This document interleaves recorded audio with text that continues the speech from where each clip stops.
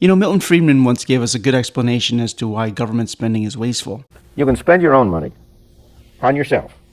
And when you spend your own money on yourself, you're very careful of what you spend it on, and you make sure that you get the most for your dollar. You can spend your own money on somebody else. You give gifts to other people. You take people out to dinner. And when you spend your own money on somebody else, you're very careful that you don't spend too much. You try to keep down the amount you spend, but you don't worry very much about what the other fellow's getting from it. You don't pay anything like as much attention to the gifts you buy for other people as to the things you buy for yourself. Or you can spend somebody else's money, as when you're spending the government's money. I say the government's money, the taxpayers' money, which the government has control of. Now you're spending somebody else's money. Let's say you're spending your boss's money. You're out to lunch on a expense account, but you're spending it on yourself.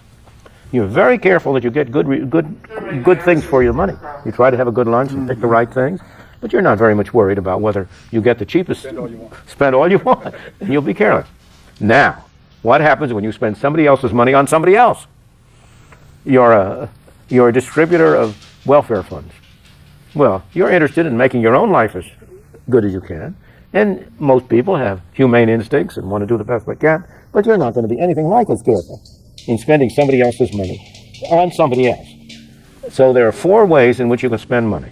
But this is incorrect. Most Democrats are not humane, as well as establishment Republicans. What happens when they fake spending money on somebody else, but are actually giving it to someone entirely different in the name of spending on that somebody else, who then spends a good chunk of the money back on them? You get a fraudulent money laundering Ponzi scheme, and you're very careful that Elon Musk doesn't expose that, and you demonize his efforts at every stage. So there's actually 5 types of spending.